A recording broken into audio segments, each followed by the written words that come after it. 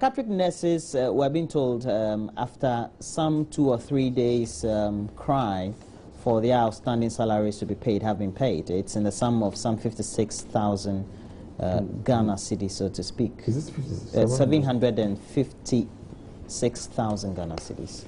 And Abraham, I would want to ask you, how come that we tend to wait all this while before we tend to know that these are outstandings we need to pay?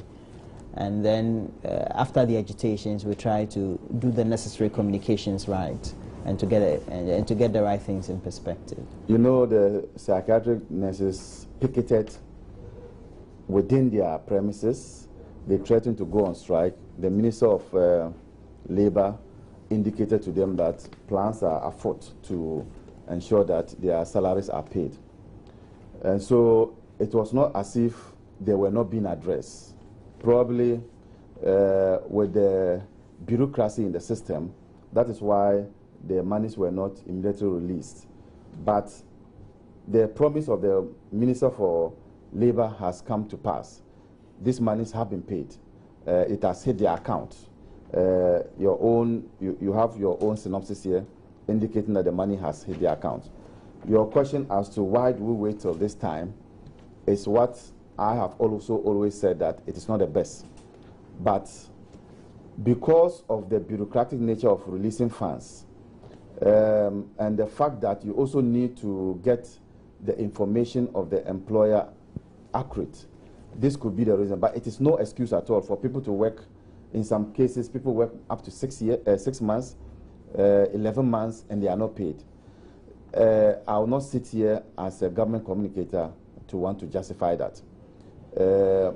These people who are working and are not taking salaries cut across. Their backgrounds cut across. Some could be NDC, some could be MPP, some may not even be interested in politics at all. What we should be doing is to ensure that we learn from the private sector. How come that in the private sector, when people are engaged, the first month, the second month, they get paid? Why should the public sector be different? And that is what I think that baffles me. So I will not sit here to justify people working for that long period of time. Not being paid. Would not being paid. It is unacceptable. True bureaucracy. I've heard this since the last week or from the weekend or so. The Minister of Labour and Employment Relations said that. Or is it Employment and Labour Relations? Bureaucracy. Again, I think that it is beginning to sound like a broken record. You know, recently, medical doctors had to leave the consulting rooms and go and sit in front of the offices of the Controller and Accountant General. But that's different than this. It is the same thing. Same thing, same issues. What is even more amazing for me is that if we look at the figure, well, I was thinking that it was running into several millions, but we are talking about 756,000 cedis. I don't have some though, but for government, that runs a budget of 30 billion cedis. I think the last budget capped at 32 billion. For a government that has at its disposal the right to spend 32 billion cedis. If for 756,000 payment of that was promised maybe 3 or 4 months ago, nothing is done about it until there is a strike action. And psychiatric patients are just left without being attended to. There was nothing like that. For a couple of days. There were nothing like that. I think it is unfortunate. It does indicate clearly that this is a government that does not care for the people. Well, the government says it's because of bureaucracy. I am... You are saying that because it doesn't care? Yeah, two things.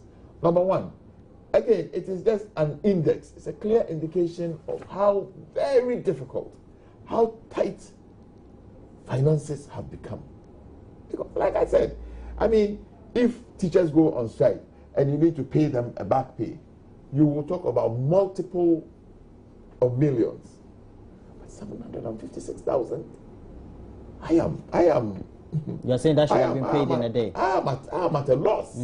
That's, I'm saying that the government that has a budget of 32 billion, because of 756, you allow people to go on strike.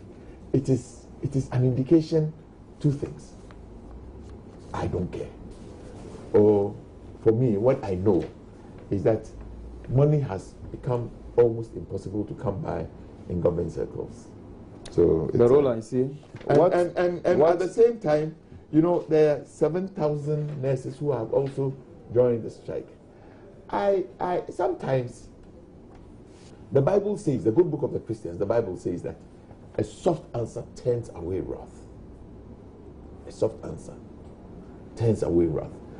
In our own private lives, all of us owe sometimes. All of us borrow from bank or friend to do something. If I go to borrow money from Amalba, even if I'm not finding the money to pay him, the way I will treat it, the way I will handle it, sometimes give him some confidence to say that, oh, this is my good friend. It is because he is in a difficult situation.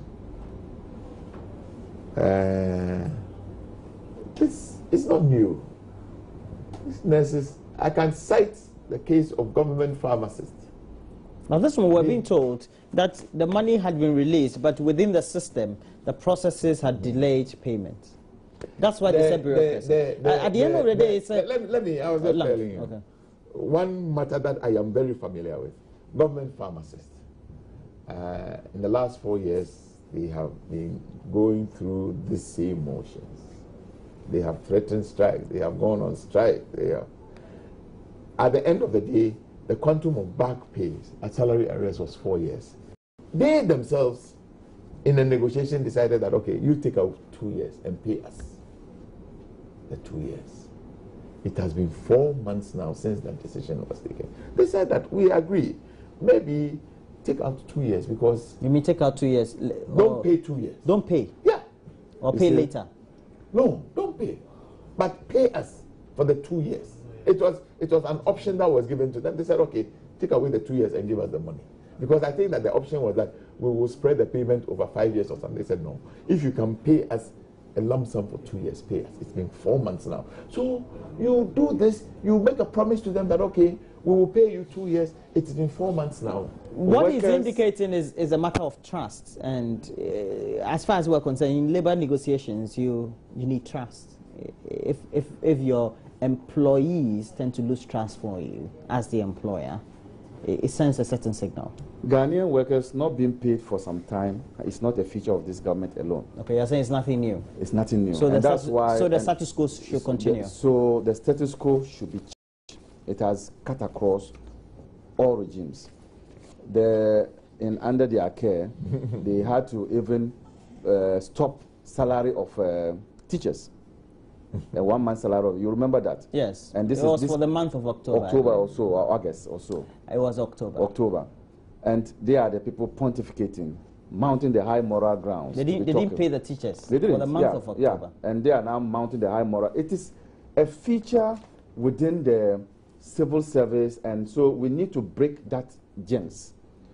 Because if the structures are still the same, if there's no institutional reform, and if there's no structural reform, any government that comes in will be faced with that. You can even go and bring the Pope to be head of state of this country. Once that structure is still existing, you will be faced with such difficulties. And I have said that I sympathize with those workers. I don't think that it is allowable for people to work. And I think that time has come for our ministers to begin to declare some of these strikes illegal. Because it is not also legal for people to work for that long without being paid. Let's differentiate two things. In Ghana today, no worker goes to work and at the end of the month is not paid his salary. That is not the issue we are talking about. So it is not an issue of availability of funds. If it were an issue of availability of funds, then at the end of the month, people will not be paid. But every worker gets his salary at the end of the month. But for this very... I think the problem has to do with arrears. Okay. We're talking and about... the arrears accumulate because if you are newly employed, instead of them to start paying you, you find some bureaucracy saying that you have to go through the processes, you have to give your Senate ID card, you have to do we do understand. all those things. But for this very peculiar case, this is the sum for only 133 nurses. It doesn't really sync with the other citations you've made for the other one. I am an officer of the court. Yes, sir. Sometimes when you go to court and somebody owes you, two things may happen. The court may order that he pays the money into court or hand it over to you in open court. As lawyers, we quickly say hand it over to us in open court. Why? Because when it enters into government chest, he knows. Before you write and then that money will come out, it will go through bureaucracy. Because there are checks and balances in government setting. And money, whether it is 1 cedi or it is 1,000 cedis, once it enters there, you must go through the process. They are the people who always haul a controller and accountant general to come into parliament and to answer questions, isn't it? Because procedures, he's a parliamentarian, procedures must be followed. And so, because of that, it makes it difficult for monies to be released from the consolidated fund. And I'm saying that, can we streamline all these things? We are not talking about the quantum, whether it is small or it is big, the procedure is the same. If it is 10 billion, you still have to go through the process. If it's 1 cedi, you still have to go through that process before a warrant will be issued. Okay, so we do understand bureaucracy. Okay. It's a procedure. So the next time it happens, the attribution should be about the bureaucracy. I think that we need to reform. Are we doing that? That is where I think you must begin to ask those in the finance sector. The critical. Because it is becoming one too many. Yes. All right. I feel a little deflated, you see. Oh. Because if you say you feel deflated, it means that your confidence has... Oh, but if all my colleague here will allude to is a poor attempt at equalization, but even in your time, it was worse. You didn't even pay people. You didn't even do this. You stopped salaries. Is that a fact or not? October. Is it a fact or not? I remember I reported on it. Is it a fact or not? You see?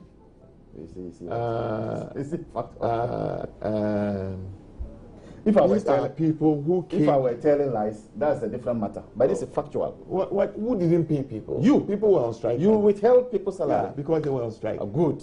Yeah, so you are now pontificating, mounting the high moral ground and talking about the system. That what? In your time, you faced similar problems. That what? People went on strike. People went on strike and they were not paid. Now the minister is saying that anybody who goes on strike will not be paid.